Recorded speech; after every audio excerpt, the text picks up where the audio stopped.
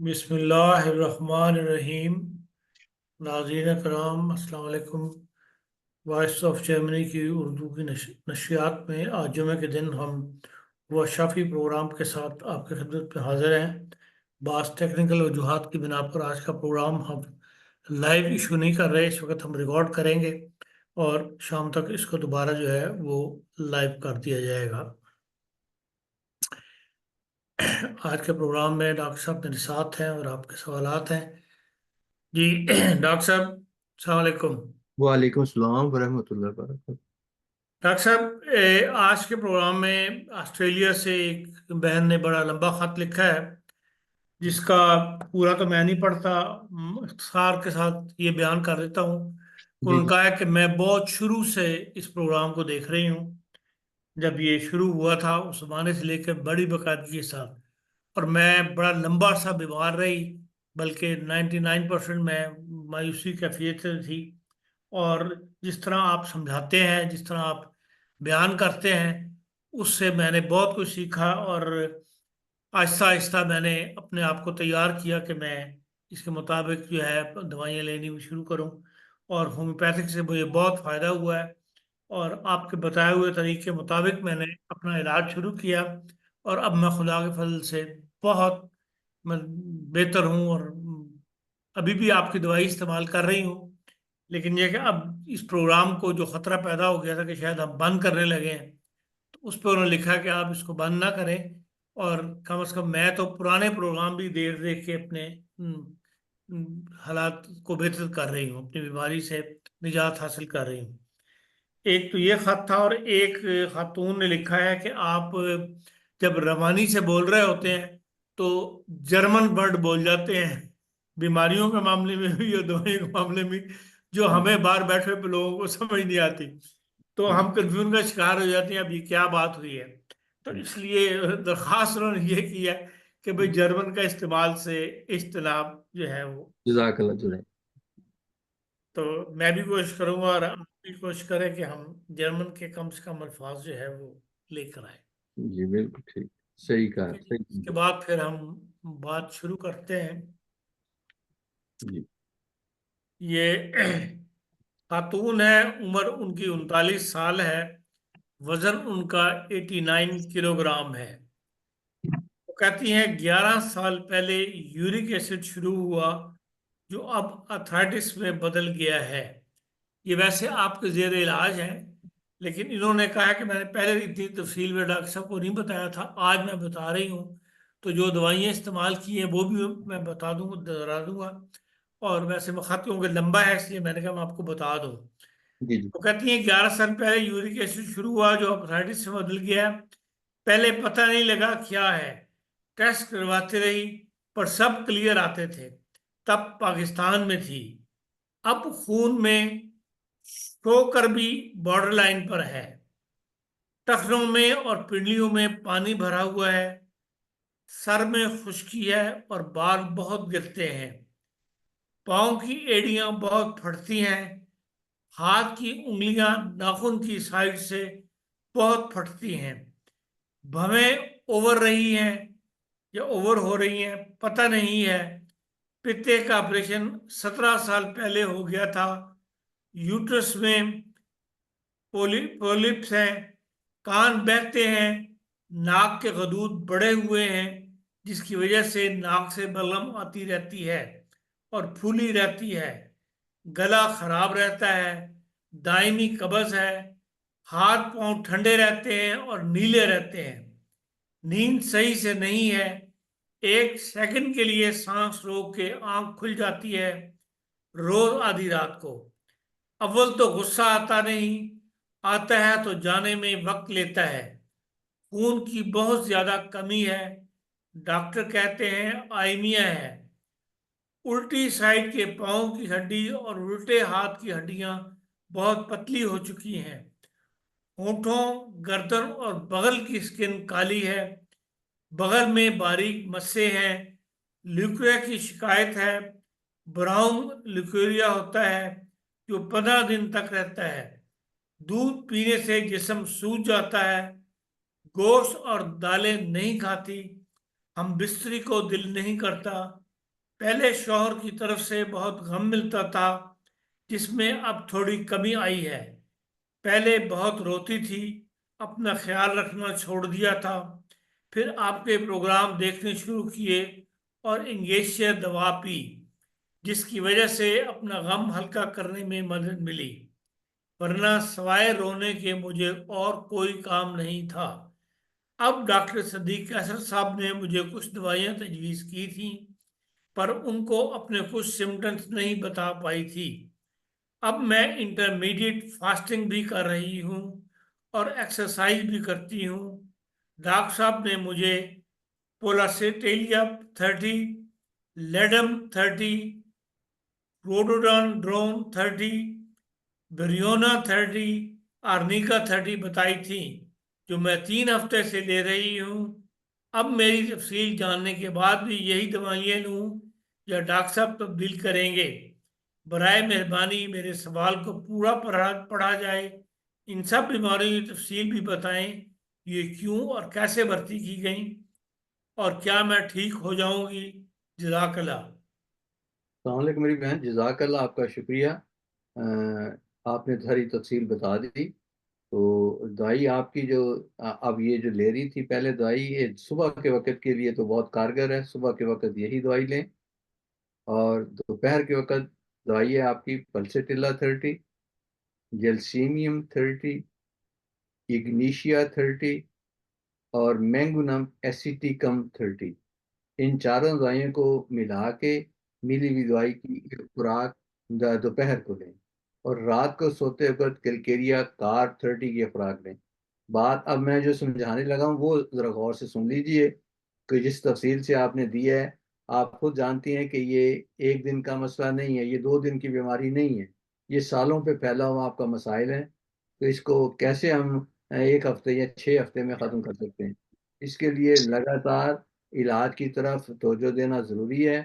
तो कम से कम ये 6 हफ्ते बगैर, अब देखिए जब आपने तफसील दे दी है तो इसमें आगे पीछे करके फिर दोबारा कोई ऐसा मुझे पिन पॉइंट ना भिजवा दें ताकि मैं फिर दवाई बदल दूँ। आपके लिए ज़रूरी है कि 6 हफ्ते तक ये दवाई मुसलसल इस्तेमाल करें। और 6 हफ्ते के बाद बिल्कुल इसी तरह खान साहब को दोबारा एक छोटा सा खत लिख के उसमें दवाइयों की ये तहरीर लिख दें कि नंबर 1 दवाई ये है, 2 नंबर ये है, 3 नंबर ये है। और मैं वही मरीज़ हूँ जिसने तफसील दी हुई है। तो इंशाअल्लाह ताला हम आपकी गाइड करते रहेंगे। देखिए बीमारी से लड़ने के लिए हौसला भी चाहिए, वक़्त देना भी ज़रूरी है और सब्र का दामन पकड़े रखना बहुत ज़रूरी है। और जितनी वर्जिश कर सकती हैं, इंसानी जिस्म अल्लाह ताला ने ऐसा बनाया है कि इसको जिस हालत में भी हो, इसको हरकत देते रहना चाहिए। और हरकत में ही बरकत है और हरकत ही में शिफा है। तो इसकी तरफ भी तवज्जो दें। खाने में जो अब आप खाती हैं, तो ऐसे मिसाले वाली चीज़ें ना ज़्यादा कोई इस्तेमाल करें। बाकी दांतों से जिस हद तक मुमकिन है अच्छी तरह चबा चबा के आपने वो खाना को खाएं। पानी को खाने के दौरान फ़ौरन ना पिएं। तो 1 घंटे का वफ़ा डाल के आप ले सकते हैं और जितना मर्जी पानी उसके बाद पी सकती हैं। फल सारे खा सकते हैं लेकिन जूस कोई नहीं पी सकती। कोला, सेवन अप इन चीज़ों से परहेज़ मुसलसल करें। तेल वाली चीज़ों को कम इस्तेमाल करें। तो अगर सलाद का इस्तेमाल मैसर हो तो वो अच्छे तरीके से चबा चबा के खाएं। और उसमें से गुरकन बहुत अच्छा है जिसको खीरा कहते हैं। अब हमारे ये पास में लफ्ज़ फिर गुरकन आ गया, लेकिन तो मैंने फिर खीरा कह दिया साथ ही। तो आप खीरा को काट के अच्छे से छोटा सा बना के तो वो खा सकते हैं, वो बहुत फ़ायदेमंद चीज़ है। तो इस तरह करके देखें 6 हफ्ते। आपकी हिम्मत और हमारी कोशिश ज़रूर अल्लाह ताला पसंद करता है, क्योंकि इंसान जब नेक नीति से कोई काम कर रहा होता है तो उसका मकसद अल्लाह ताला के हज़ूर दुआ करना और आपके लिए अच्छी बेहतर सोच से आपको मशवरा देना है। तो गाइडेंस हम करते रहेंगे आपको। अल्लाह ताला आपको सेहत दे, रहम करे, फज़ल करे। अच्छा, ये बच्ची है जिसकी उम्र है 4.5 साल और वजन है उसका 21 किलोग्राम। कहते हैं जी, ठोस ग़िज़ा नहीं खाती, दूध पी लेती है, खून की कमी है, सीधी टांग में अक्सर दर्द रहता है। जब मैं हामला हुई थी तो एथलेटिक्स था, वो मुझे एथलेटिक्स था। अक्सर बच्ची को कब्ज भी रहती है और गला भी बहुत खराब रहता है। दोनों कानों में दर्द रहता है, सीना जकड़ा हुआ रहता है, बहुत ज्यादा भागती नहीं, थक बहुत जल्दी जाती है और ऊंची आवाज से बहुत डरती है। इस बच्ची को आप तो दो इसके सेट बनेंगे दवाई के। वो पहला सेट है उसका ग्रिंडेलिया दवाई और सिक्स ताकत, और दूसरी दवाई है डल के मारा सिक्स ताकत, तीसरी दवाई है एपिकाक सिक्स ताकत, और आखिरी दवाई है नेट्रम सल्फ सिक्स ताकत। इन चारों दवाइयों को सिक्स, अगर तो जर्मनी से बात कर रही हैं तो जाके सी लिख लें, अगर कहीं अंग्रेजी मुल्क से बात कर रही हैं तो फिर सिक्स उसके आगे, पाकिस्तान में भी सिक्स लिख सकती हैं। तो ये दवाइयाँ इकट्ठी मिला लें, और मिली हुई दवाई की एक खुराक बच्ची को सुबह दे दिया करें, एक खुराक रात को दें, और दोपहर के वक्त इस बच्ची को किलकेरिया fast 6x, ferrum fast 6x और काली म्योर 6x, तीनों की एक एक गोली लेके मुंह में डाल लिया करेगा, चूस लिया करे। वो मीठी सी होती है, उसका कोई जायका नहीं होता जो आदमी बच्चे को बुरा लगे। तो ये तकरीबन 4 हफ्ते दवाई करने के बाद दवाइयों की तरतीब इसी तरह लिख के फिर बता के फिर आगे मशवरा लेंगी तो मशवरा आपको सही मिलेगा। एक खातून है, सिंगल मदर, उम्र 39 ईयर्स, ग्लोटीन नहीं ले सकती, पेट में दर्द रहता है, पता नहीं है या पित्ता नहीं है, सोचें बहुत हावी रहती हैं, गम बहुत है, इसलिए ज़हनी दबाव का शिकार है, पूरी रात सो नहीं पाती, बराए मेहरबानी दवाई तजवीज़ कर दो। मुहम्मद सी सूरत हाल है, इनकी पूरी तफसील नहीं है इस प्रॉ की। ये कुछ मुश्किलात और किस्म की इसकी हैं इनकी। बहरहाल अगर बाद में अगर कोई व्हाट्सएप पे ये रब्ता कर सकते हैं कर लें, लेकिन मैं दवाई फिर सर बता देता हूँ। पहली दवाई है परसेटिला 30, दूसरी दवाई है जिलसीमियम 30, तीसरी दवाई है इग्नीशिया 30, और आखिरी दवाई है स्टेफिस सिगेरिया 30। चारों दवाइयों को इकट्ठी मिला के और मिली हुई दवाई के 3 से 4 कतरे ये सुबह के वक्त एक दफ़ा लें और एक दफ़ा रात को लें, और दोपहर के वक्त लें ये आयोडीन 30 की एक खुराक। और इसके साथ नेट्रम कार दूसरी दवाई है नेट्रम कार, दोनों को मिला लें और मिली हुई दवाई के 2 से 3 कतरे दोपहर को लें। अगर मजीद कोई हिस्ट्री हो तो फिर ये अपनी तफसील दे के जितना आप अपनी वजाहत कर सकते हो ना, बीमारी कोई भी मरीज हो जितनी वजाहत वो कर सकता है वो, अगर वो यहाँ टेलीविजन पे नहीं कर सकता तो खात के लेकिन मोटे हरूफ में लिख के भेजा। इतनी बार औक़ात आप बरीक भेजते हैं खात, और खाते इतने आ जाते हैं, मैं कितने घंटे लगाऊं फिर उसको पढ़ने के लिए। तो मोटी लिखाई में अगर भिजवा दें तो मैं फिर देख के उस तरफ भी आपको मशवरा दिया जा सकता है। बहरहाल ये आपके अपने ऊपर है, लेकिन बात करते हो घबराना नहीं चाहिए, सारी बात खोलनी चाहिए। इंसान है, बीमार है तो उसको पूछ लेना चाहिए ताकि बीमारी का इलाज हो जाए वक्त पे। बच्ची है, उम्र 18 साल, कद 5 फुट 4 इंच, वजन 60 किलो, हसास तबीयत की मालिक है, छोटी छोटी बातों पर रोती है, गुस्सा बहुत जल्द आता है, पढ़ने में मेहनत करती है और गैरों से बात करने से घबराती है, उल्टी साइड का हाथ और टांग थोड़ी सी कर्व है, कब्ज रहती है और गला खराब रहता है, खून की बहुत ज्यादा कमी है, गुस्सा करना नहीं चाहती पर कंट्रोल नहीं है, रोना नहीं चाहती पर कंट्रोल नहीं है, थक जल्दी जाती है, बहुत खुश खुश रहती है, सर में बहुत खुश्की है, हाथ पांव ठंडे रहते हैं और नीले हो जाते हैं, ऊंची आवाज से डरती है, कांपने लगती है, बाहर खुली फिजा में जाना पसंद है, ज्यादातर खाना गर्म खाना पसंद है, ल्यूकेरिया की शिकायत रहती है,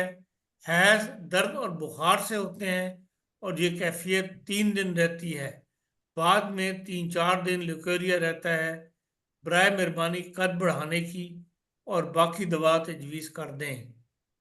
रात के वक्त इस बच्ची को किलकेरिया कार 30 की एक खुराक दें, और सुबह के वक्त इस बच्ची को ब्राइटा कार 30 ताकत में, और उसके आगे मैंने बता दिया अगर जर्मनी हो तो सी लिख लें, अगर अंग्रेजी है तो ठीक है 30 लिख लें, और पाकिस्तान हिंदुस्तान के लिए भी 30 ताकत। और इसी तरह किलकेरिया फास्ट 30 ताकत में, और फिर कैमोमिला 30 ताकत में। ये मिला के इस बच्ची को सुबह के वक्त निहार मुंह ये खुराक दें। और दोपहर के वक्त इसको दें जलसीमियम 30, ओवाटेस्टा 30 और नेट्रम्योर 30। ये तीनों को मिला के दोपहर के वक्त ये खुराक दें और 6 हफ्ते लगातार ये दवाई दें, और 6 हफ्ते के बाद फिर अपनी ये तसीब दवाइयों की बता के, तरतीब भी बता के, तो फिर मशवरा मांग लेना। बुजुर्ग खातून के जबान पर फंगस है, जबान साइडों पर ग्रे रंग है, ऊपर के दांत भी गहरे रंग के हो गए हैं, वैसे तेजाबियत की मरीजा है, गैस बहुत बनती है और नीचे से निकल भी जाती है, खाना सिर्फ इंतहाई जूल हजम और फीका लेती हैं। इनके लिए दवाई है चैलिडोनियम 30, नेट्रम सल्फ 30, फास्फोरस 30 और आयोडीन 30।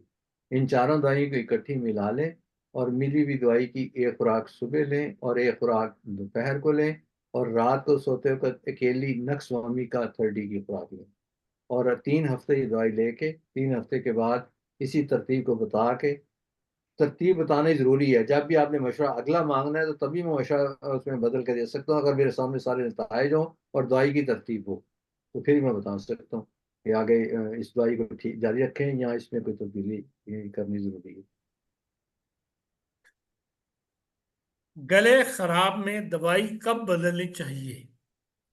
बार बार कैफियत बदल जाती है, पहले गले में दर्द थी, फिर 2 दिन बाद गला पक गया, फिर 2 दिन बाद जुकाम का आगाज हो गया और नाक टपकने लग गया, इसके 2 दिन बाद नाक बंद और जमात हो गया। क्या इन सारी कैफियतों में मुसलसल एक ही दवाई दी जाए, जैसे बेलाडोना, बेपरसेल्फ, हिपरसेल्फ और बाइटाकार्ब, या फिर हर कैफियत में बदलनी चाहिए? क्या ये ठीक होने का सिलसिला है, ये खराबी की तरफ सफर है? कुछ पता नहीं चलता। ये बात सही है, इनकी दवाई बिल्कुल हरगिज इस तरह नहीं कि थोड़ी देर के बाद फौरन बदल लें आगे चल लें, नहीं। ये आपका जिस्म चूंकि एक ही है और आपके सिम्टम बार बार उसी नौयत के होते हैं, तो आपको एक ही दवाई पे इन्हिसार करना चाहिए कि इससे पहले ये तकलीफ अगर जब आपको आम हालात में बेहतर हालत में हो, सेहतमंद हालत में हो, अभी गला खराब ना हो, तो ट्यूबरकुलिनम 1,000 की एक खुराक लें। फिर ये याद रखें कि ट्यूबरकुलिनम खाने के बाद कोई भी रिएक्शन हो तो आपने बर्दाश्त करना है, कम से कम 1 हफ्ता।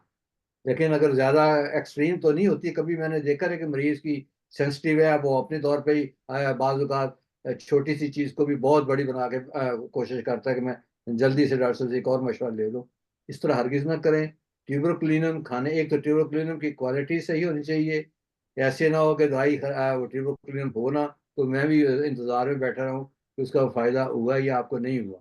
ट्यूबरकुलिनम की क्वालिटी सही हो और 1,000 की लेके 1 हफ्ता का इंतज़ार करें।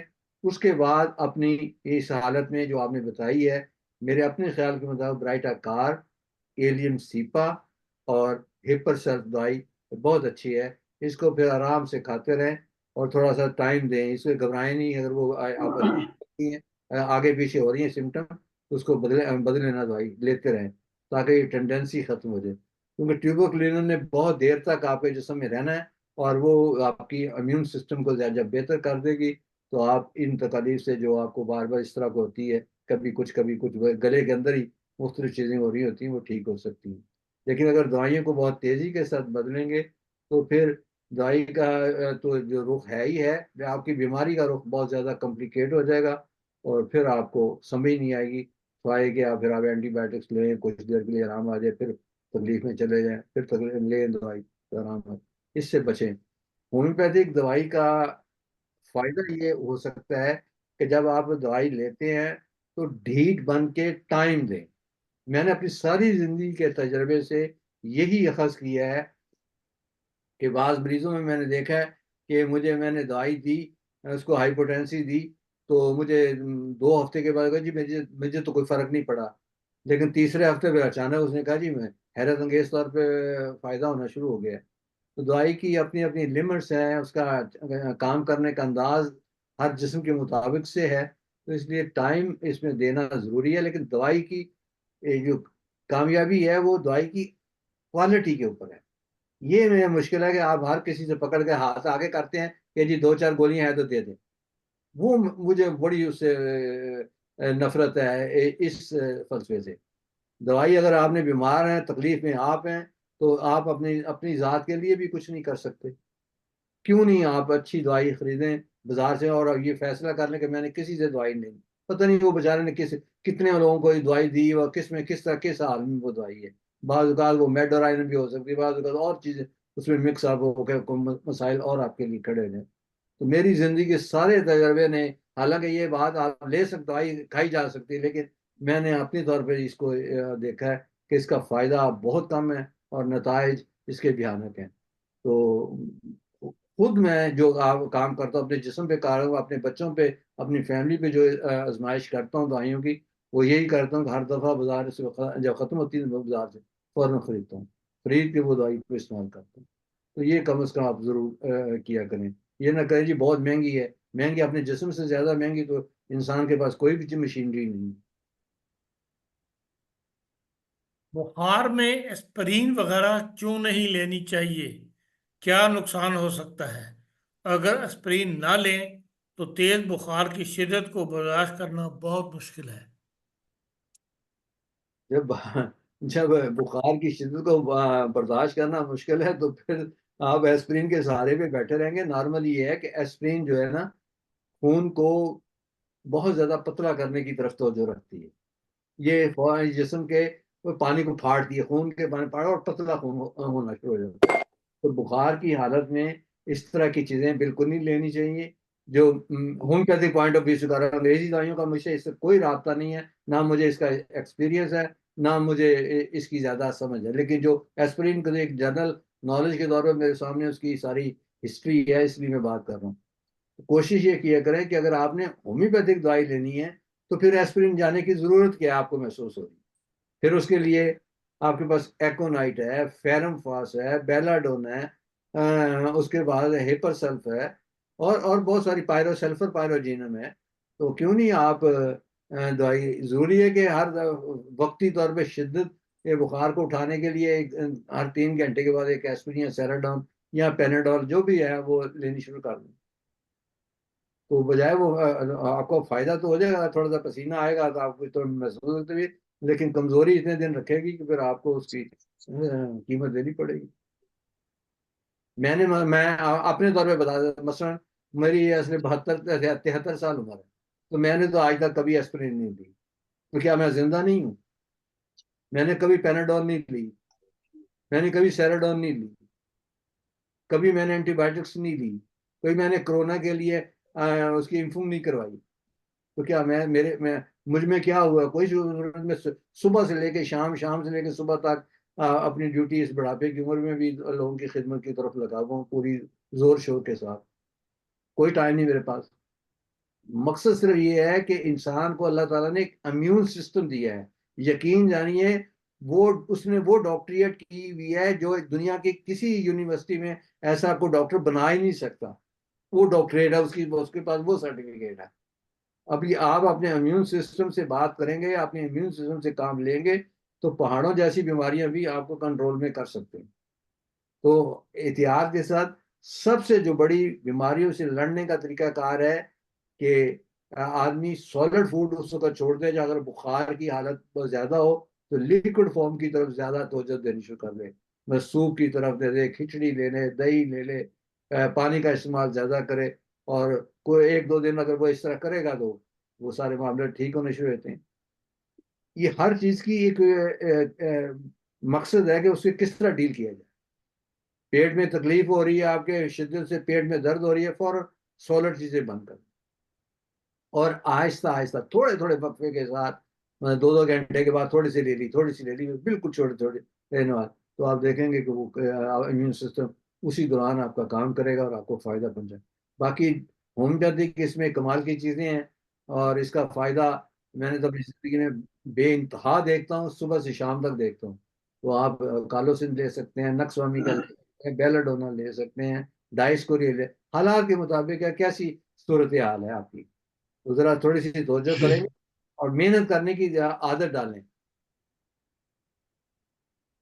ठीक है जी। होम्योपैथी में सादा दवाई या सादा गोलियां क्यों दी जाती हैं? क्या सिर्फ मरीज की तसल्ली के लिए? बात ये कि ये बात जो मैं कहूंगा सारी दुनिया में फौरन चली जाएगी और उसका नताज लोगों के वो। बात ये है कि इंसान जो है ना वो अजीब व गरीब मखलूक की शक्ल कर बाज़ औक़ात इस्तेमाल करता है। वो चाहता है कि दवाई मुझे हर 2 घंटे के बाद दी जाए। अब जब बताइए, अगर तो इल्म हासिल करके कोई डॉक्टर समझ के दवाई दे रहा है, उसने आप देनी है उसको खुराक एक, मसलन ट्यूबरकुलिन की देनी है, और उस पर वो यकीन रखता है कि ट्यूबरकुलिन इसकी दवाई है, तो फिर वो लाजिम बात है मरीज इत्मीनान चाह रहा होता है कि जी मुझे कोई 1.5 घंटे के साथ नहीं बल्कि 5 5 मिनट के बाद भी उस समय कहते हैं जी दवाई नहीं कोई ऐसी है। तो फिर उस सूरत हाल में क्या किया जाए, एक मजबूरी है जो सादा गोलियों की शक्ल में फिर दे देते हैं बाज़ औक़ात। लेकिन मैं तो इस तरह नहीं करता, मैं तो कोई झगड़ता हूँ अपने मरीजों से, या दवाई वाकई वो उसके साथ हाइपोटेंसी देने के बाद कुछ दवाइयाँ ऐसी होती हैं जो ताकत की, मतलब कोई ऐसे मतलब फेफरमेंट है, या कोई ऐसी चीज़ें हैं जो अल्फा अल्फा है, या कोई इस तरह की चीज़ें जो जिसको जिस्म को थोड़ी सी ताकत दे सकती हों, या एवनास्टाइव है, या क्या इसे क्रेटेगस है, इस तरह की दवाइयाँ छोटी सी नीदरिक सी पोटेंसी में डाल के दे देता हूँ। उसका वो एक नारंग की शक्ल है, यानी वो खुराक की शक्ल है, वो दवाइयाँ नहीं है। तो उस तरह इस्तेमाल बाज़ औक़ात मरीज़ पे नफ़सियाती तौर पे करते हैं, लेकिन उसका अपना फ़ायदा ज़रूर होता है क्योंकि वो वाक़ई अच्छी क्वालिटी की विटामिन्स नारंग्स होती हैं। बहरहाल ये मुश्किल मज़मून है कि मैं नहीं इस तरह बात नहीं कर सकता। मौकों के बारे में बताएं, ये क्यों निकलते हैं? किस चीज की तब्दीली या खराबी होती है? पहले नहीं थे, अब बहुत सारे निकल आए हैं। इसकी वजह तो किसी किताब में मैंने आज तक नहीं पढ़ी, लेकिन अल्लाह ताला के निज़ाम पे जब गौर इंसान करता है तो वो ये है कि वो इम्यून सिस्टम की ये क्वालिटी है कि वो जो बुरी चीज़ें होती हैं उनको थैलियों की शक्ल में बंद करता है। यूं समझ लें कि ये जिस्म के मुख्तलिफ जहर हैं जो उस शक्ल में जो आपके जिस्म को बचाने के लिए वो एक किस्म की थैली लगे कि आखिर पे वो एक किस्म की गिरा लगा देते हैं। वो इतना एंग रास्ता उसका बंद कर देते हैं कि उसमें फिर दोबारा कोई चीज़ ऐसी नहीं जा सकती जिससे कोई नुकसान हो सकता हो। तो वो छोटे-छोटे मौके की शक्ल में या बड़े मौकों की बाज़ बीमारियाँ ऐसी, मतलब सुजाक का अगर है, या उसमें सिफिलिस है, या बाज़ अगर टीबी के मरीज़ जो गलत उनका इस्तेमाल हुआ होता है, तो बहुत सारी वजूहात तो हैं कि आखिर किसी वजह के साथ ही होती हैं। तो हिस्ट्री लेना बहुत ज़रूरी है। बाज़ औरतें बच्चे ना होने के चक्कर में पड़ी रहती हैं और काफ़ी देर दोनों मियाँ बीवी गलत चीज़ें इस्तेमाल करते हैं, उसकी वजह से भी ये मामलात बिगड़ते हैं। तो हार्मोन्स को अगर तब्दील किया जाए, फिर रंग गोरा करने वाली चीज़ें भी लगाना शुरू कर देती हैं, इसकी कॉस्मेटिक की बहुत ज़्यादा तवज्जो करती हैं, इसकी वजह से बाज़ औक़ात मसाइल खड़े होते हैं। और बाज़ औक़ात खून की कमी की वजह से ये मसाइल खड़े होते हैं। बाज़ औक़ात गहरी बीमारियाँ जो कैंसर ही की शक्ल के अंदर इशारे कर रही होती हैं, वो इसका पेशगम होती हैं। तो ये बहुत ही मुश्किल मज़मून है इस समझना, लेकिन मसलन अगर मौकों की शक्ल ऐसे हो जैसे छोटे-छोटे सींग से बने हुए हैं, यानी तेज़ से नुकीली सी चीज़ें बनी हुई हैं, तो उसके लिए मैंने देखा है नाइट्रिक एसिड बहुत आला किस्म की दवाई है। अगर मोटे-मोटे काले रंग के आपके मस्से बन रहे हैं, ये टाइम लगता है। आप तो जुर्लू फेरना जानते हैं और जुर्लू से नतीजा निकालना चाहते हैं, और इस तरह होता नहीं है। मेरे मेरे तजुर्बे में ऐसा, मैं ऐसा डॉक्टर नहीं हूँ कि मेरे पास ऐसी कोई जुर्लू वाली चीज़ है। लेकिन अगर तरतीब के साथ कुछ देर इस्तेमाल की जाए, तो फिर नताइज तो ज़रूर निकलते हैं, लेकिन टाइम लगता है। थूजा मसलन मैंने देखा है कि बहुत ज़्यादा फ़ायदेमंद दवाई है। फिर ये है कि अगर कसरत है, छोटे-छोटे मौके निकल रहे हैं और उसमें तिल भी हैं, उसमें किलकेरिया कार भी है, लेकिन ये हालात के मुताबिक है। मरीज़ अपने तौर पे इस तरह की चीज़ों से डॉक्टर के साथ मशवरा करके अगर इलाज करवाया जाए तो ज़्यादा फ़ायदेमंद ज़्यादा है। वरना बाज़ औक़ात फ़ायदे की जगह नुकसान ज़्यादा होना शुरू हो जाता है कि उसको पता नहीं होता कि लिमिट कितनी है, कितनी देर में ये दवाई का। तो बाज़ औक़ात वो दवाइयाँ भी खाता रहता है। तो बहुत सारे मरीज़ मेरे पास आते हैं, तो मैं यकीन जाने कि मैं बहुत तकलीफ़देह हालत में अपने आप को, मैं जब मैं आपसे बात कर हाँ, चेहरा तो मैं हँसना रखता हूँ, लेकिन अंदर से मैं बहुत तकलीफ उठा रहा होता हूँ बताते वक्त, कि इतनी मेरे पास मिसालें इकट्ठी हो जाती हैं कि अगर मैं सारा महीने के बाद आपको बताऊं तो दिल फट जाए इंसान का, कि ये डॉक्टर साहब आप किस तरह बर्दाश्त करते हैं। तो जो साहिब दिल है, जिसको तकलीफ हो रही है, जिसको पता है इस राज का चल गया हो, तो वो तकलीफ इसलिए उठाता है। तो इसलिए बेहतर तो यही है कि मरीज का मुकम्मल राब्ता एक डॉक्टर से हो, और उसके बाद अगर उसकी तकलीफ की नौयत पुरानी है और ऐसी हो जो खुद नहीं वो ठीक कर सकता। हाँ, नजला जुकाम, पेट दर्द होती है, सर दर्द अचानक हुई, पहली दफा हुई, जिस तरह की बुखार हो गया है, तो उसका इलाज ठीक है, पूछ के आप फौरन कर सकते हैं। लेकिन जहां आप सोच सकते हैं टाइफाइड जैसा बुखार, और उसको गलत मिस हैंडलिंग कर लिया जाए, या मिस हैंडलिंग बुरे तरीके से उसको दवाइयाँ दे के खराब कर ली जाए, या मलेरिया बुखार है, उसको अच्छे तरीके से ना डील किया जाए, तो तब मसाइल खड़े हो जाते हैं। तो इस तरह की बहुत सारी बीमारियां हैं। एक अच्छे फख जो मास्टर है इस मामले में, मास्टर तो कोई भी दुनिया में नहीं होता, लेकिन भारत जितनी उसको समझ बूझ अल्लाह ताला ने दी होती है, अगर आप एतमाद उस पर करते हैं तो उससे मशवरा कर सकते हैं। फिर अगर आप, इंसान की कॉमन सेंस भी है, जब डॉक्टर से आप मशवरा लेते हैं तो उसके सारे चेहरे हालात, उसकी बात करने का अंदाज, उससे गुफ्तगू करने का अंदाज से आपको मालूम मालूम होना चाहिए कि ये मेरे हमदर्द है कि नहीं है। ये हमदर्दी ज़रूरी है, अगर उसके बदले में थोड़ा से उसको पैसे देने पड़ते हैं तो जरूर दे दी। वो दवाइयाँ उसने बाजार से लेनी है, उसने उसी के उसको देनी है, लेकिन उसकी हमदर्दी बता देगी कि ये कोई फ्रॉडींस नहीं कर रहा। तो जब आपका ये जहन इस पे अच्छी तरह वाजी हो जाए, तो फिर आप उस डॉक्टर के साथ रब्ता अपनी फैमिली के तौर पर रखें, सारे उससे फायदा उठाएं। चुटकी सोडा एक गिलास पानी में डालकर निहार मुंह पीना कैसा है? सुना है कि ये पानी जिस्म के सेल्स तक सादा पानी की निस्बत जल्दी पहुंचता है। देखिए, हमारे पास हजारों साल की जो हिस्ट्री है ना, उसमें इस किस्म की कोई मिसाल मेरे सामने नहीं है ऐसी जिसमें ये कहा जाए कि ये अगर रोजाना सुबह किया जाए। देखिए, हर चीज जो खाने के अलावा है ना, वो उसको इस्तेमाल इस तरह नहीं करना चाहिए, कभी भी नहीं करना चाहिए। गलत बात है बिल्कुल। ना ही ये जो देखिए, रास्ता माफिया का रास्ता कितना आसान है। जब देखते हैं कि विटामिन कम बिक रही हैं, तो फिर वो कहते हैं कि आपने मागन टी लेनी, आप फ्रिस्टोफन टी लेनी, ये लिवर टी है, ये मलेरिया फीवर टी है। ये ये अजीब और गरीब किस्म का धंधा है, जिससे आप निकल नहीं सकते। इंसान को गुर्बत की हालत में जो अपने पर नजर रखे, और उसी के हालत के करीब जो आपकी खुराक है उसको मेंटेन करे। नहाना जरूरी है तो हर दूसरे तीसरे दिन नहा लिया करे, वर्जिश करे, पानी सादा अगर खराब है तो उसको उबाल कर ले लिया जाए। इसमें किसी किस्म की इस तरह के लक्षण, मैं तो इसको लक्षण ही समझता हूँ कि ये फजूलियात हैं जो इसको कभी भी इस्तेमाल नहीं करना चाहिए। जी मैं ले लूँ, एसिड ले लूँ, बेमकसद।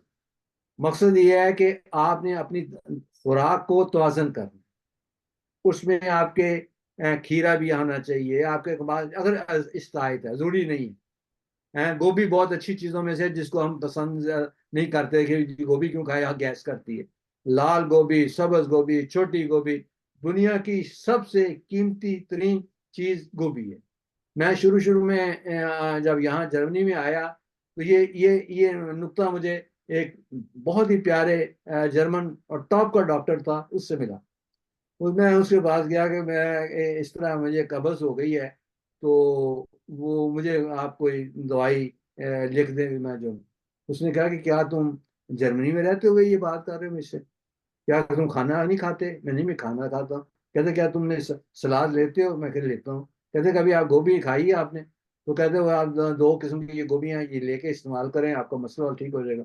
वो वाकई थोड़ी देर के बाद मैंने महसूस किया कि वो मामला कंट्रोल में आ गया। तो 35-36 साल तो मुझे यहाँ भी हो गए हैं आए हुए। तो मैं यही देख रहा हूँ कि लोग कभी किसी पंजीरी का नाम, कभी किसी पंजीरी का नाम, किसी किसी हलवे का नाम, क्या कभी कोई ये चीज मिला लें, तेल खा लें, ये फलां खा लें। कोशिश करें जो सादा सी इंसानी गजा, जितनी सादा आप अपनी अपनी गजा को रखेंगे, जितना सा पेट को कम से कम भरेंगे, उतना ही फायदा आपको ज्यादा होगा। ये चीजें रोजाना सोडा ये खाना या मीठा सोडा खाना कोई फायदेमंद चीज नहीं है।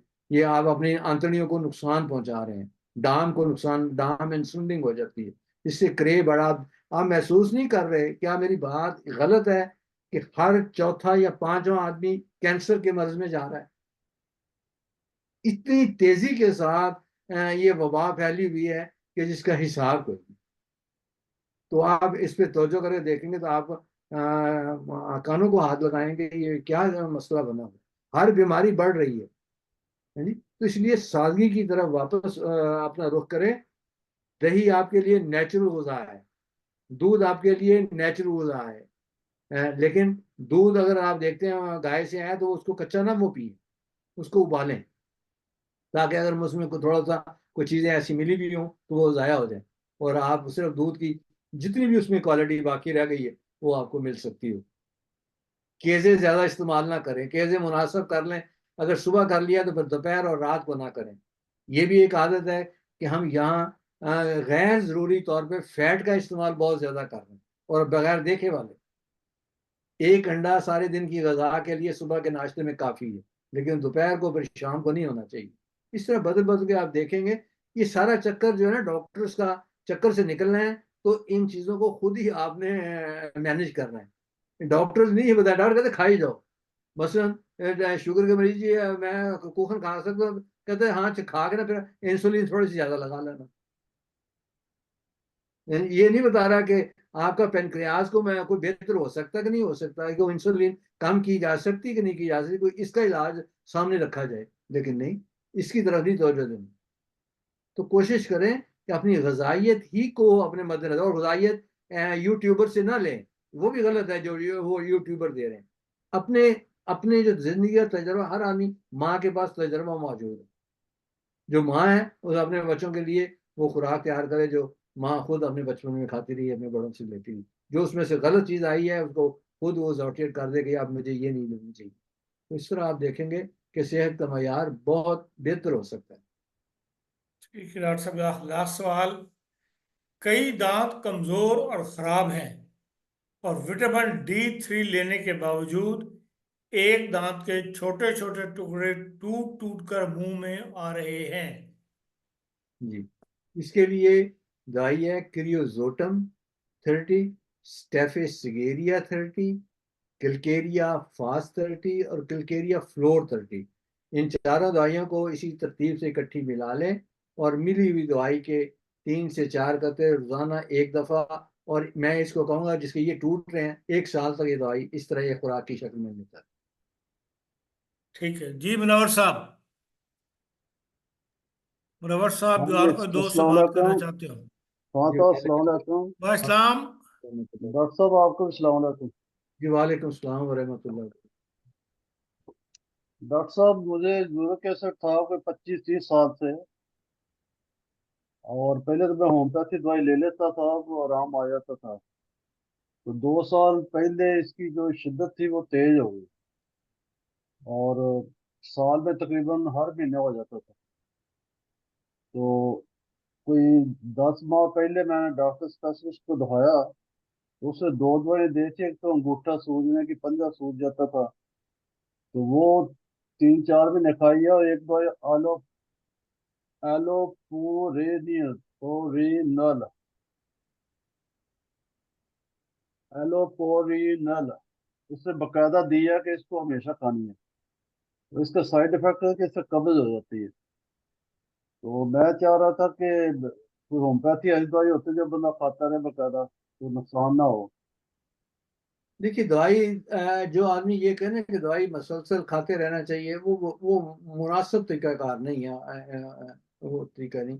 दवाई की एक लिमिट होनी चाहिए, जब वो ठीक हो जाए तो फिर छोड़ दे, अगर फिर दोबारा तकलीफ होती है फिर दवाई शुरू की जाए, ताकि हाँ इंसानी जिस्म को नशे की हालत ना हो जाए कि उसके बगैर उसका गुजारा हो ही ना सकता हो। तो फिर वो बहुत मुश्किल में चले जाते हैं।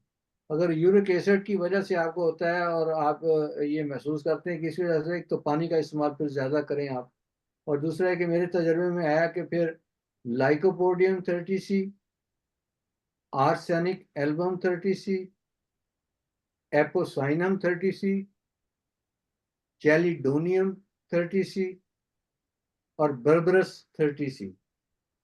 इन पांचों दवाइयों को इसी तरतीब से इकट्ठी मिला के ले ली जाए तो वो फायदा होता है। जो ही फायदा हो दवाई को छोड़ें कुछ देर के लिए, अगर फिर दोबारा सर उठाए फिर इसको दें।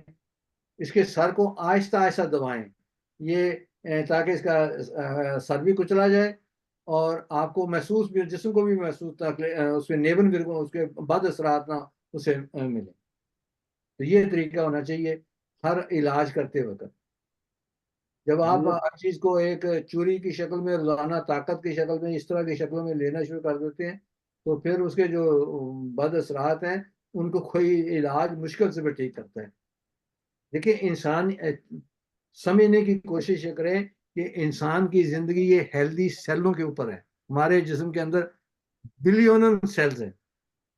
ये सेल अगर सेल्स अपनी अगर असली हालत में रहे, यानी जिस फॉर्म में अल्लाह ताला ने बनाए हुए, तो ये ऑक्सीजन भी ले रहे हैं, पानी को भी ले रहे हैं, खून को भी ले रहे हैं, जिस्म को ताकत भी दे रहे हैं। लेकिन अगर इनकी फॉर्म किसी वजह से गैर जरूरी दवाइयों से इसको खराब कर दिया, इसकी चेन जो चल रही है इसके अंदर, बिल्कुल ऐसे साइकिल चलाने के लिए चेन होती तो आगे घूमता है कि नहीं घूमता। इंसानी जिस्म की भी सूरत यार अजीब गरीब यही है, सर्कल है, एक सर्कल से चल रहा है। तो उस सर्कल को अगर उसमें कोई ऐसे धंधे टूट जाए तो फिर वो दोबारा उसके चेन जो है ना वो पूरी तरह फिक्स नहीं होती, तो फिर वो बीमारी के जंगल से बाहर नहीं आता। तो उसको बेहतर यह है कि इंसानी कुछ हद तक जो आपकी समय बीमारी की नौयत है, वाज़ेह तौर पर एक अच्छे डॉक्टर से मशवरा, हर बीमारी का इलाज करते वक्त पहले सोच लें कि आम सी बीमारी है तो ठीक है, लेकिन अगर खास बीमारी है तो अपना इलाज कभी भी नहीं करना चाहिए। फिर डॉक्टर से मशवरा लेना चाहिए। अगर उसका जहाँ भी तजर्बा है, जहाँ भी उसका है, जो अंग्रेजी है तो फिर अंग्रेजी में जितनी देर वो कहता है उसको करे। लेकिन अगर होम्योपैथिक तरीकेकार से जो मुझसे आप बात कर रहे हैं, तो मैंने तो अपनी जिंदगी का वही तजर्बा बताना है जो मुझ पे बीती है। तो मैंने अपनी आप बीती आपके सामने रखता चला जाता हूँ सारी जिंदगी, जो भी जब तक मैं आपसे बात कर रहा हूँ अपनी आप बीती रखूंगा, क्योंकि मैंने तो इसी तरह देखा है ये हिलते। तो इंसानी जिस्म को मुनासिब हद तक दवाई दे के फिर रुक जाना चाहिए। फिर उसके अगर फिर अफजाइश होने लगे तो फिर एक हफ्ते का मीनो देखें कि खा क्या रहे हैं, रोजाना लिखें कि आज मैंने सुबह नाश्ते में ये चीजें ली है, दोपहर को ये ली, रात को ली। और फिर उस पर रखें कि दोपहर के खाने के बाद मुझे कोई महसूस तो नहीं जिस्म को हुआ, कोई मुझे सुबह के नाश्ते के बाद तो नहीं मुझे मसला आया, फिर रात के खाने के बाद तो नहीं मसला आया। तो जब आप कोई हफ्ता 2 हफ्ते की उस एनालिसिस करेंगे तो आपके सामने कुछ ना कुछ हकीकत आ जाएगी। तो उस हकीकत का इलाज करना फिर जरूरी हो जाता है। पता नहीं शायद मेरी बातें बोझल हों, शायद आपको हजम करने में मुश्किल आ रही हो, तो मैं तो जिस तरह महसूस करता हूँ वो उसी तरह ही बता सकता हूँ कि इस तरह इंसान अपने वजूद को देख सकता है। क्योंकि अपने अपने जिस्म की हिफाजत के लिए इंसान हर वो काम कर सकता है जो अपने जिस्म को, दूसरे के लिए नहीं कोशिश करता। ये एक ऐसी कमजोरी है इंसान के अंदर कि सब कुछ कहता है मेरे लिए है, हाल में मुझे दो कुछ है तो मुझे मेरे लिए, बाकी सब चाहे जहां जहां मर्जी पड़े। तो हमारा काम यही कि फिर अपने जिस्म को समझे और अपने जिस्म के मुताबिक अपने दूसरे डॉक्टरों से बजाय तकलीफ उठाने के खुद उसको समझने की कोशिश, ताकि आपके लिए आसानी पैदा। डॉक्टर साहब, और टीका एक दवाई थी जू और TICA। अर्टिगा यूरिन जो दवाई है ये भी तेजाबियत की दवाई है, ज़ोयरे की दवाई है, एसिडिटी की दवाई है। ये बहुत अच्छी दवाई है अगर हालात के मुताबिक हो। खारिश को भी ठीक करती है ये, आपकी जो एलर्जी है उसको भी फायदा देती है, गुर्दों को साफ करती है। बात वहीं आगे फिर खत्म हो जानी कि डॉक्टर साहब की तान, मेरे जैसे डॉक्टर की तान वहीं टूटती है आगे। बस कुछ देर दवाई खाओ, रुको, खाओ। कोई दवाई उसको सोने के ताज के अंदर ना बिठा के उसको पैक करके ना रख लो, कोई सोना बिल्कुल। नहीं, ये दवाई है। हाँ, रोटी सोना है, दूध सोना है, ये आपका दही सोना है, शहद सोना है, फल सोने हैं। ये इन सोनों से जितना मुनासिब आप हद तक जा सकते हैं, इससे फायदा भी उठाएं और दूसरे इंसानों को भी बांट बांट के फायदा पहुंचाने की कोशिश। मतलब ये दवाई अगर 1 महीना खा लो तो 1 महीना रेस्ट कर लो, फिर खा लो पूरी 1 नहीं महीने कि बाद। महीना ही रेस्ट करना, 2 हफ्ते भी कर सकते हैं, फिर देखेंगे हालात। ये तो सर उठाने पे है बीमारी के कि कैसे बिल्कुल। उठाती है, वो समझाती है। देखें इंसान के दिमाग के अंदर एक फिल्म चल रही होती है, वो बकायदा उससे बात कर रही होती है, जरा गौर तो करें तो आपको वो पैगाम दे रही होती है। मुझे कौन सा पैगाम मिल रहा है जो मैं इस तकलीफ से आपके साथ इजहार कर रहा हूँ? मुझे भी कोई पैगाम देने वाला पैगाम दे रहा है तो मैं आपसे बात कर रहा हूँ। तो मैं हाँ। अपनी तरह जो मैं महसूस कर रहा हूँ तो मैं उसी तरह आप तक पहुंचा रहा हूँ कि किसी तरह मेरे भाई के या सारी दुनिया के लोगों के दिलों में ये, अगर मेरा जज्बा सच्चा है, सही है, या इसकी लॉजिक सही है, तो सबको इससे फायदा हो जाए। हम्म। अच्छा डॉक्टर साहब, दूसरा सवाल है कि खवातीन के बाल जो है वो गिरने शुरू हो जाते हैं, तो उसका लिए मेरे नुस्खा है? देखिए, एक तो ये है कि खातन के बाल इसलिए गिरते हैं कि एक तो जल्दी जल्दी प्रेगनेंसी नहीं होनी चाहिए। हम्म। प्रेगनेंसी जो है ये मुनासिब वक्त के साथ जो अल्लाह ताला ने एक इंसानी से रिश्ता रखा हुआ है कि सवा 2 साल दूध, ये नहीं कि अपना दूध नहीं आ रहा तो तरतीब वही रहनी चाहिए। हम्म। एक तो ये प्रेगनेंसी में बहुत ज्यादा करना चाहिए। फिर दूसरा है कि खुराक को अच्छे तरीके से देखना चाहिए कि ना हर वक्त विटामिन के चक्कर में रहे, ना हर वक्त बादाम के चक्कर में, अखरोट के चक्कर, गिरियों के चक्करों में। ये कोई सादा खुराक जितनी भी मुनासिब हो वो इस्तेमाल करते रहे। अगर ज्यादा मैसर है, मैं उसकी बात करूँ, हर मरीज को ये मैसर नहीं है चीजें। बहुत सारी दुनिया में ज्यादातर 90% लोगों को ये चीजें कभी कभार मिलती हैं, तो वो तो ठीक है, वो तो उनके लिए तो अब्र रहमत है कि जब उनको मिले तो वो जरूर वो चीज को ऐसे खाएं कि उनको 1 साल मजा उनके मुंह पे रहे कि यहाँ मैंने बहुत अच्छी चीज खाई है। लेकिन जो यहाँ जिनको मैसर है चीजें आसानी के साथ, तो उनको इस तरह कसरत के साथ नहीं खानी चाहिए। बिल्कुल थोड़ी थोड़ी चीज खानी, क्योंकि इनके असरात जहाँ फायदे हैं फिर नुकसान भी साथ हैं। फिर कोलेस्ट्रॉल बढ़ना शुरू हो जाएगा, फिर वो चर्बी आनी शुरू हो जाती है, फिर वो बालों के नीचे भी चर्बी आ जाती है, तो वो बालों को कमजोर कर देती है, बाल गिरने शुरू हो जाते हैं। फिर कीमती से कीमती शैम्पू के चक्करों में पड़ जाते हैं आप लोग। ये भी औरतों में ये वबा तो इतनी ज्यादा कसरत के साथ है कि शायद बहनें मुझे इतराज ही करें, डॉक्टर साहब आप तो बहुत बहुत का हद कर देते हैं, बस खामोश ही हो जाए तो ज्यादा बेहतर है, तो ये हमें करने दें जो हम कर रही हैं। उसके मेरे सामने वो जो नतज है, मैं तो सिर्फ मेरी बहनों, मैं तो वही बता रहा हूँ। मुझे इससे गरज नहीं है कि आप क्या कर रही हैं। हर अल्लाह ताला सबको सेहत दे, अच्छा अच्छे से अच्छे हर चीज मिले, लेकिन शैम्पू का ज्यादा इस्तेमाल भी इंसानी जिस्म को, बालों को कमजोर कर। फिर ये कि खून की कमी, फिर आप बाज 90% लोगों को ये थायराइड्स की है और वो थायरोक्सिन लेते हैं। ये जो शील्ड रूसे की उसको थायराइड ग्लैंड जिनके खराब है, अगर उसके लिए वो दवाई लेती रहती हैं, उसकी वजह भी ये उसके भी बद असरात में से एक बद असरात सर के बाल गिरना है। खून की कमी की वजह से बाल गिर जाते हैं। घरों में शिमर लगी होती है, उसको उल्ली लगी होती है, सब्जा सा लगा होता है, देखा है। अगर वो ज्यादा गर्मी है तो तब, या घरों के बंद हवा आने का रास्ता नहीं रहा छोड़ते सारा दिन, समझिए मुझे सर्दी बहुत लगती है, हालांकि खिड़कियां दोनों तरफ से खोलनी चाहिए ताकि जो हवा आती जाती रहे। बहुत सारे मसाले को एक मसले की वजह से तो नहीं बाल गिर रहे होते हैं। इंसानी जिस्म में कुछ ऐसे तगायरात बहुत पहले से शुरू होते हैं, और उन पे तो जब बाल गिरने शुरू हो गए तो फिर उसके बाद तो इसका मतलब है कि वो नीचे जड़ों ने वो तो काम शुरू कर लिया होगा, अब तो वो सेंक लगी हुई है। तो उस वक्त फिर थोड़ी सी दवाई काली फास की शक्ल में, एसिड फास की शक्ल में, क्लिकेरिया फास की शक्ल में, जी, अगर दूध नहीं पीते दूध की शक्ल में ज्यादा इस्तेमाल, दही का इस्तेमाल ज्यादा करें, कोले सैमना, मिठाइयों से परहेज करें, तेल की चीजों से परहेज करें, फैटी चीजों से परहेज करें, और हेल्दी इंसानी जिस्म को अल्लाह ताला ने बनाया है कि ये हर वक्त बेवेगू इस एक रिदम में रहे। इसको आराम बहुत थोड़ा चाहिए, ये नहीं कि सारा दिन सोते ही रहे, सारा दिन बेड पे ही रहे। इसका काम है कि कनोखन आप आइडिया, आप हड्डियां उसमें नुचड़ जाएं जो काम करते वक्त, जो बोरियां उठाते हैं ना, देखा है पाकिस्तान में ढाई हाँ ढाई जी। सारा दिन उठाते हैं। अगर उनको खुराक घर में जाके रोटी और दही और दूध मिल जाए तो उनकी जिस्म 100 100 साल वो हिल नहीं सकते, 80 80 साल नहीं हिल सकते। पहले जमाने में ऐसे ही था। तो वो जी आज भी बिल्कुल। आपके सामने है कि इंसान का काम पूरी मशक्कत करना है, ये अपने आप को सुस्त कर लेना, बैठे रहना, खाते रहना, चिप्स मसलन बैठे हैं, औरतें भी चिप्स खा रही हैं, बच्चे भी चिप्स खा रहे हैं, और थोड़ी देर बाद हर वक्त मैंने देखा है कि जैसे भैंसें चल रही हैं ना, इसी तरह इंसान हर वक्त चल रहे हैं।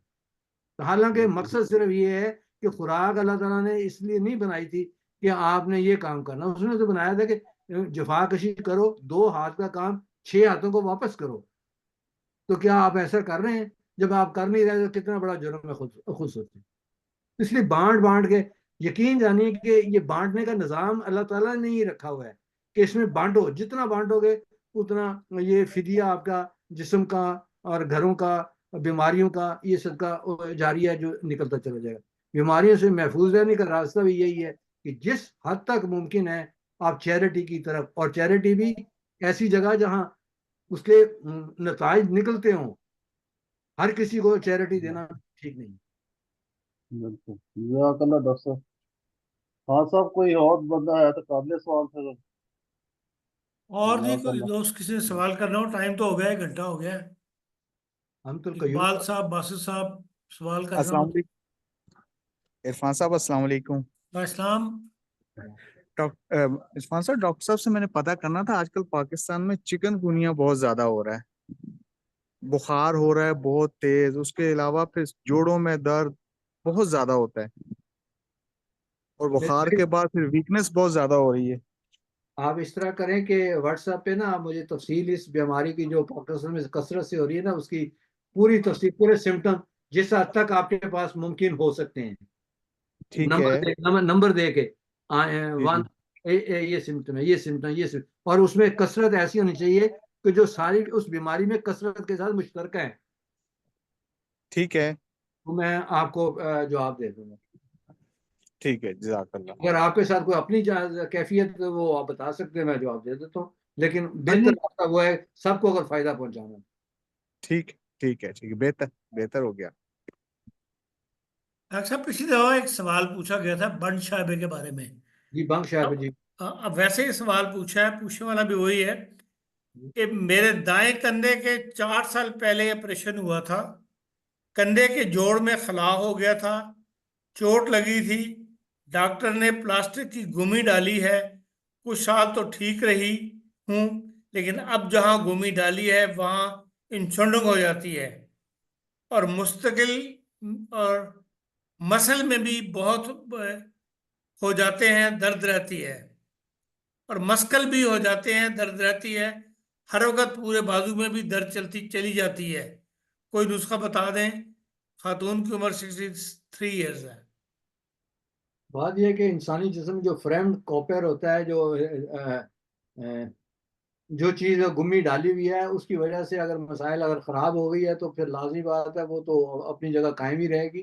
तकलीफ को कम करने के लिए आप सेंगुनेरिया 30, रूटा 30, किल्केरिया फास्ट 30, और हाइपेरिकम 30, और बैलस प्यारीनस, ये 5 दवाइयों को इसी तरतीब से इकट्ठी मिला लें, और मिली हुई दवाई के 3 से 4 कतरे सुबह और रात, कम से कम 6 माह तक ये दवाई।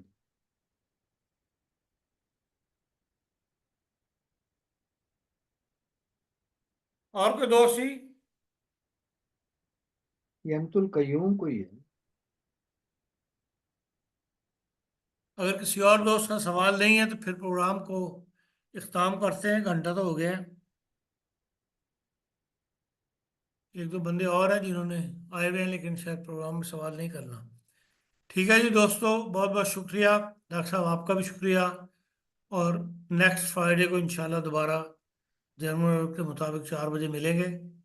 एक आखिरी मेरी तरफ एक बात, कि अगर मेरी किसी वजह से किसी शख्स का भी दिल शिकनी हो रही हो बात करने में, या महसूस हो कि डॉक्टर साहब गुस्से से बात कर, तो मैं गुस्से में बिल्कुल नहीं होता, लेकिन एक मजबूरी है कि वो बताने के लिए बाज़ औक़ात चेहरे के तासरात इस तरह के हो जाते हैं, तो मैं उसकी माफ़ी चाहता ठीक है जी, जज़ाकल्लाह। जज़ाकल्लाह डॉक्टर साहब, शुक्रिया। ओके जी दोस्तों, फी अमान अल्लाह। सी यू नेक्स्ट टाइम। अस्सलाम वालेकुम। हूँ। वालेकुम सलाम व रहमतुल्लाह।